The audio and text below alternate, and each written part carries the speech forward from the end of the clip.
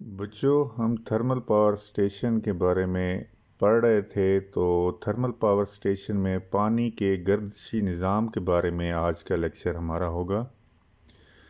Thermal power station के चुनाव में हमेशा ऐसी जगह का इंतखाब किया जाता है जहाँ पे ठंडा पानी हमें वाफिर मकदार में अवेलेबल हो।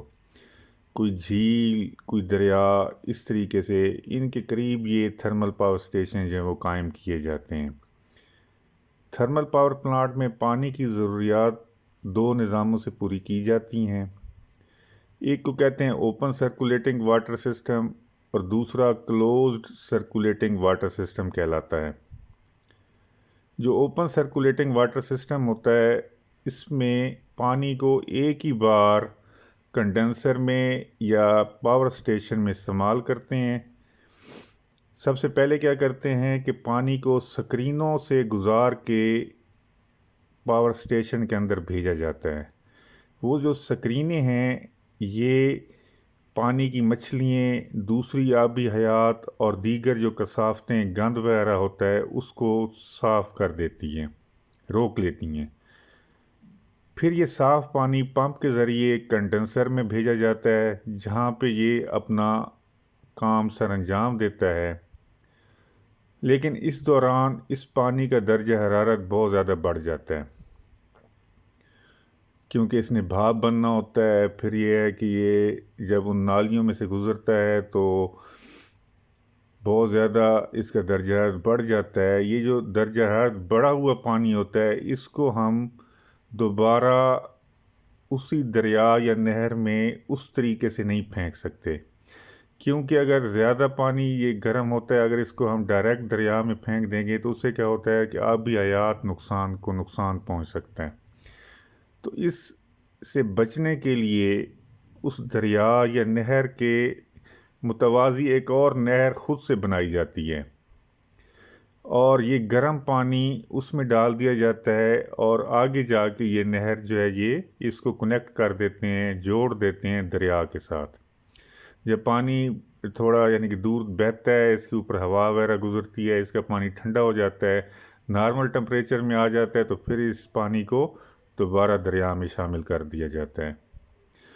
दूसरा बेटा सिस्टम है क्लोज्ड सर्कुलेटिंग वाटर सिस्टम।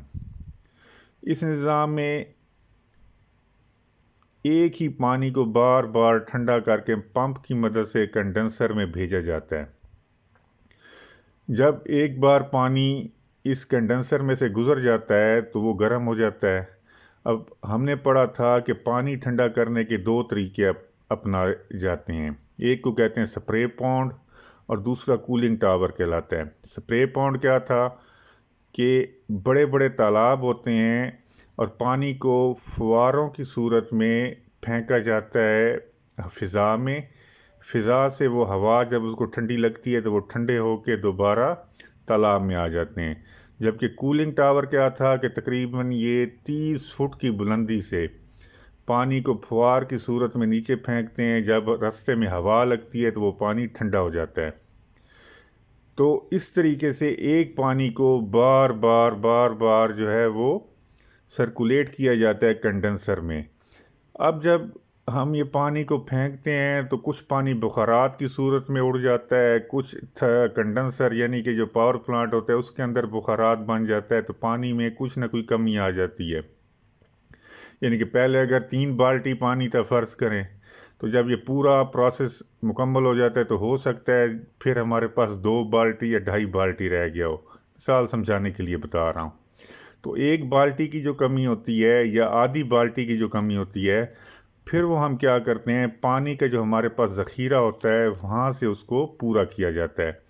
इसको बोलते हैं मेकअप वाटर।